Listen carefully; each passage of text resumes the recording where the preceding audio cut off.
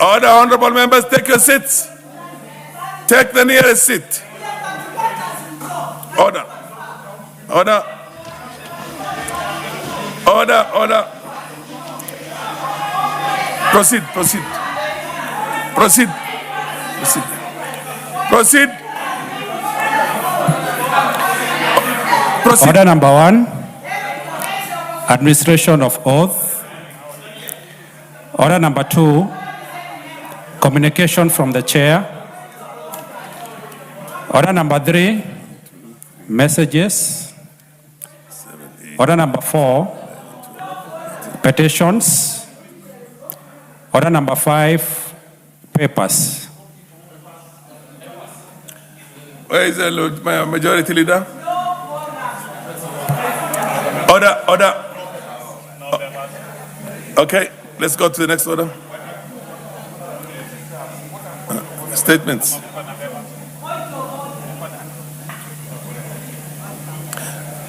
Andrea. Proceed. Finally. Honorable Speaker, I beg to lay the following papers on the table of the House on behalf of the Majority Leader. Today, Wednesday, 29 July 2026, morning sitting. A, revised version of legal notice number 27 of 2026 relating to the civil aviation certification of air navigation service providers regulations 2026, explanatory memorandum, evidence of stakeholder consultation, and public participation report of stakeholder on the regulations from the Ministry of Roads and Transport. B, report to Parliament on all new loans contracted by government from 1st January 2026 to 30th April 2026 from the National Treasury. C, price stability target and the economic policy of the government from the National Treasury for financial year 2026-2027. D, revised 2025 medium-term debt management strategy, MDDS, from the National Treasury.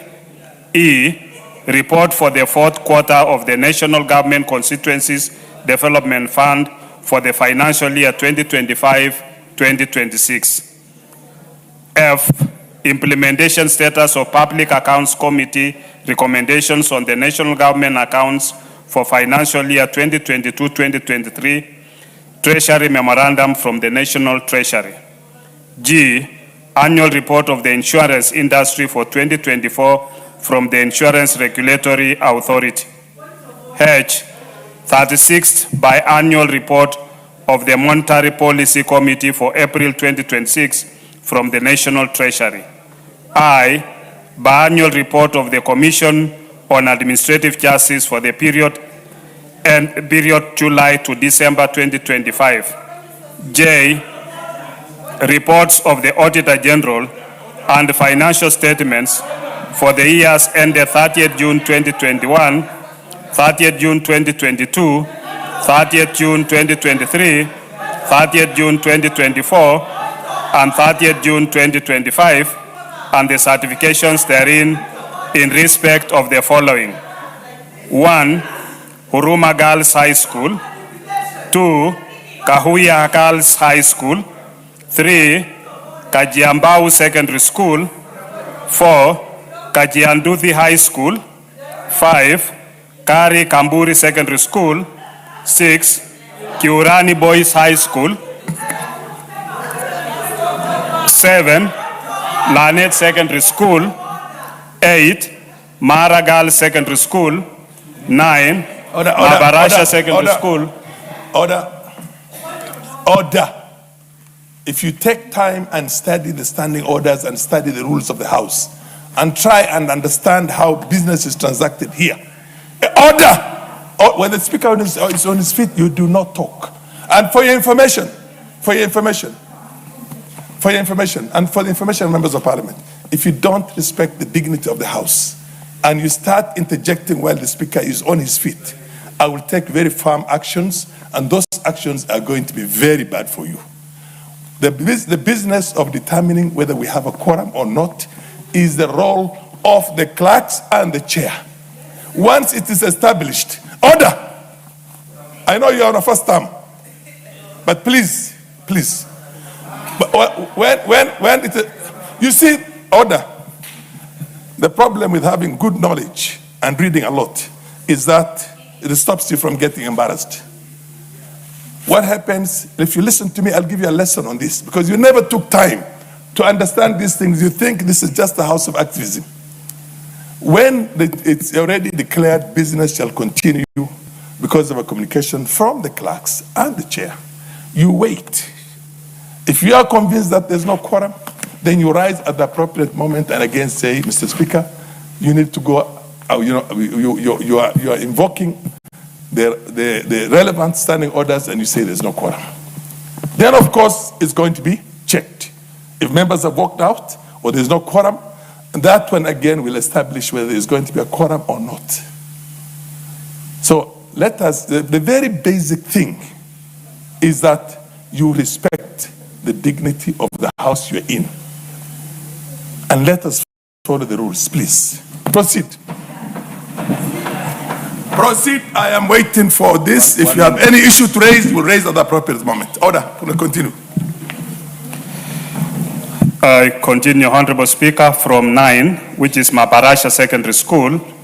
10, MCK Kisumu 78 Secondary School, Isiolo. 11, Mengsamwenye Secondary School. 12, Mukuuni Boys High School. 13, Naivasha Girls Secondary School. 14, 30 Secondary School. 15, Nyakiambi Girls Secondary School. 16, Riamukurwe Secondary School. 17, Chaletei Mixed Day Secondary School. 18, St. Francis Assis Kiungani Secondary School. 19, St. Mary Magdalene Girls Secondary School, Thikingi, and 20, Uhuru Secondary School. Thank you, Honorable Speaker. Next order. Honorable members,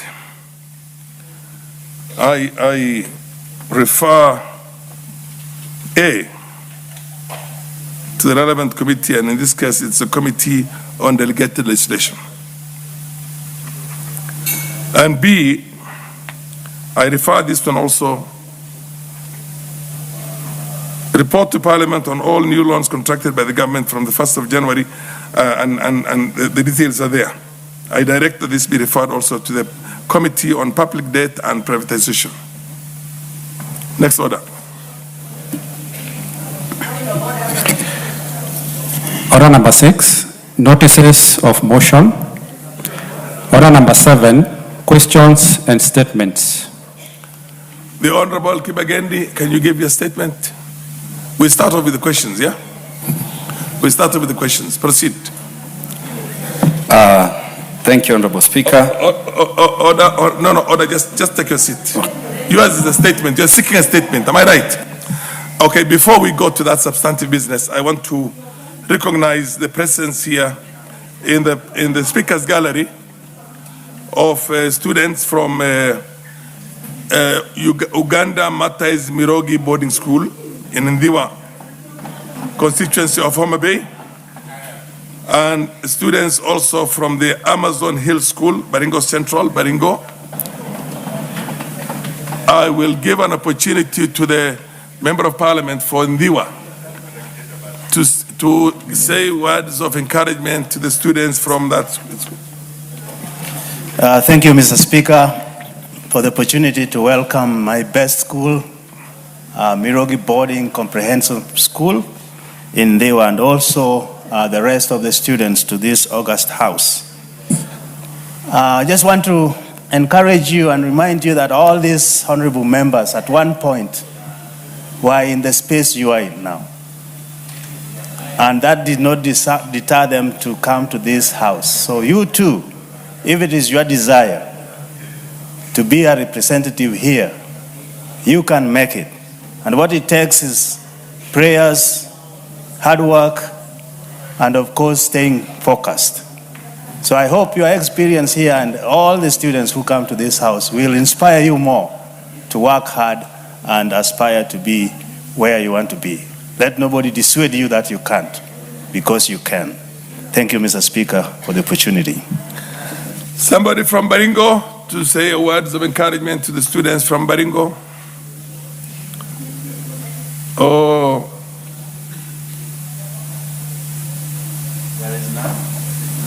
The Honorable Member of Garissa Township, please proceed and you share what they call pastoralism and nomadism and livestock. So proceed and encourage them. Thank you very much, Honorable Speaker. And on behalf of the House and on behalf of the pastoralist communities from this country, let me also take this opportunity to welcome these young students, our young next generation of leaders of this country to this honorable House. Let them feel what happens in this side of the country, of this legislative arm of the government. And I will encourage them in the future to aspire to be good citizens and to aspire to be members of this House so that they set the agenda and the foundation for the other generation after them. Thank you, Honorable Speaker. Yes. I also want to recognize the presence of students from Moi Siongiroi Girls Secondary School from Chepalungu constituency of Bomet. The Honorable Bomet is an agricultural, constituency. The chairman of agriculture in this House, one Dr. Mutunga. Thank you very much, Honorable Speaker. Honorable Speaker, I wish to thank the students from Bomet constituency for having come here to see what happens in Parliament. I would like to tell you that it is possible for you to be here. All you need to do is to listen to your teachers very well, be an obedient student, grow in terms of education, and also pursue to know more about this country and about other countries so that you can be effective when you come to such a house and have an interest, because all dreams are valid. Thank you very much. Without questions? Kibagendi, Honorable Kibagendi. Thank you, Honorable Speaker. Honorable Speaker, pursuant to the provision of Standing Order 44-2C, I rise to request for a statement from the chairperson of the Departmental Committee on Finance and National Planning regarding the persistent delays in payment of pension and retirement benefits to retired teachers in Kisii County and across the country. Honorable Speaker, teachers devote their entire working lives to educating generations of Kenyans and shaping the nation's social and economic development. It is therefore deeply concerning that many teachers in Kisii County and across the country continue to endure prolonged delays in receiving their pension and retirement benefits after leaving service. Instead of enjoying a dignified retirement, many are subjected to financial hardships as they wait for months and in some instances years for benefits they earned through decades of dedicated public service. In Kisii County, numerous retired teachers and their families and families of deceased teachers have expressed concern over the prolonged delays in processing and payment of pension, gratuity, and other retirement benefits. In some instances, they are asked for bribes for these benefits to be processed. Consequently, many retirees are unable to meet their daily living expenses, access to health care, or support their dependents due to the delayed release of their rightful dues. Sadly, some retirees have passed away before receiving their pension, while their dependents continue to face lengthy administrative processes before accessing the survivor's benefits. Honorable Speaker, it is against this background that I request for a statement from the chairperson of the Departmental Committee on Finance, National Planning, and on the following. One, the number of retired teachers from Kisii County and across the country whose pension, gratuity, and other retirement benefits remain unpaid, indicating the period each retiree has been awaiting payment and the total value of the outstanding pension obligations. 2, causes of the persistent delays in the processing and payment of pension and retirement benefits to teachers, including the respective roles of Teachers Service Commission and the National Treasury.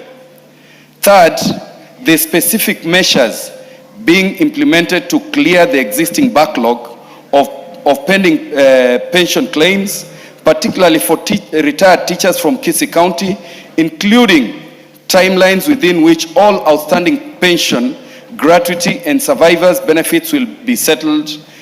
And finally, the long-term reforms being undertaken to modernize and streamline the pension administration system, strengthen interagency coordination, and ensure all teachers receive their pension and retirement benefits promptly upon retirement. Honorable Speaker, as one of the members of Linda Mwananchi, this is a major concern that our citizens are being taken through this hardship by officers in government who do not want to accelerate the necessary, to push the necessary moves to ensure retirees are genuinely granted their benefits in good time. I thank you, Honorable Speaker. Yes. The Honorable MP for Saku. Yes, what's your point of order? Thank you, Honorable Speaker. According to our standing orders, the House has no quorum. Which standing order? The House has no quorum Order. to undertake business for the issue of this country. Thank you, Honorable Speaker. Yes, Honorable Dorcas. Dorcas. Thank you, Honorable Speaker.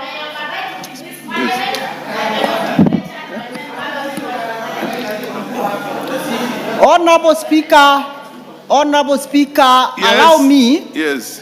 to weigh in into the matter that Honorable Kibagedi has just highlighted. Yes. Honorable Speaker, the matter at hand, and I want to correct Honorable Kibagedi and tell him that teachers don't belong to Linda Mwananchi. The teachers of this country belong to the government of the day, Honorable Speaker. And Honorable Speaker, the matter... Dorcas, order. Before you contribute on that substantive matter, as a member who has raised, ordinarily you quote the relevant standing order. You...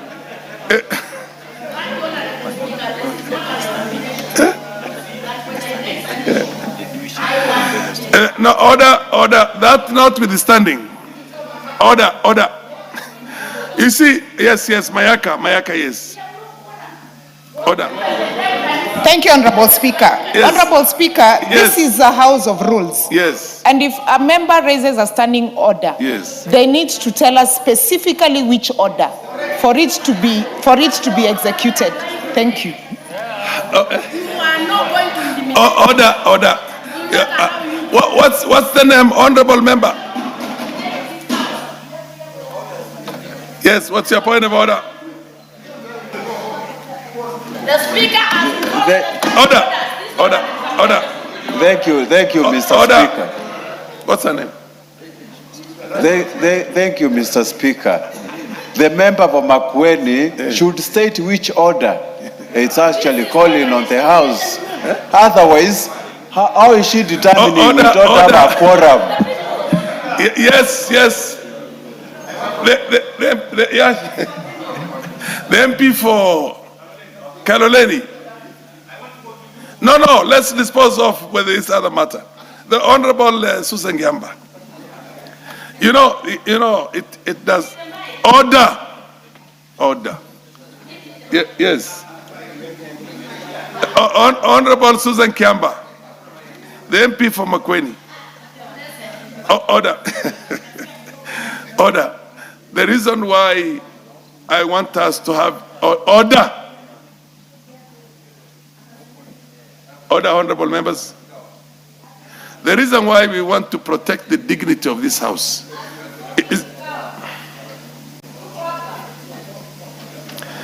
is that, I mean, what does it take? What does it take? In 4 years you are in here, you have had the issue of what they call quorum being raised. For you even to understanding order what? Order. Yes. Yes, the Honorable Chairman of, yes. Thank you, Honorable Speaker.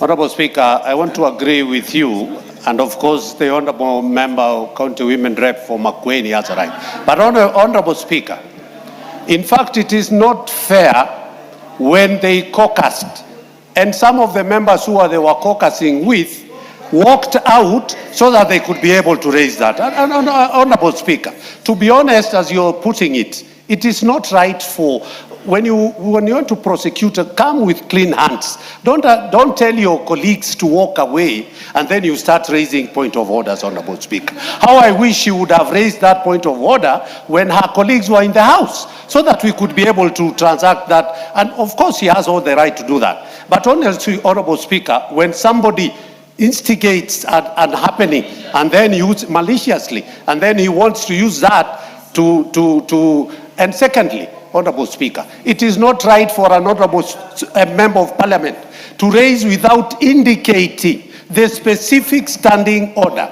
They must indicate so that somebody does not just use that. Honorable Speaker, I beg that you overrule her. She's out of order and we proceed, Honorable Speaker.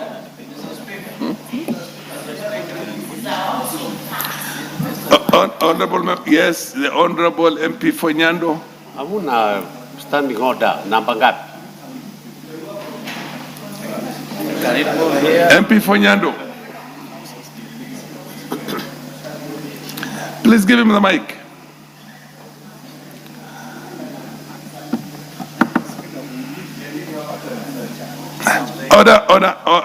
If it's on the matter of the chair is going to rule on the issue raised by the Honorable MP for Makueni. Honorable Speaker, when we began, you actually ordered for the quorum bell to be rung, and it was done for 10 minutes. 15 minutes. And by way of your magnanimity, yes, you asked for 5 more minutes. And a determination was made by our clerks that we had reached that quorum. And before they started making noise, and I've been in opposition politics for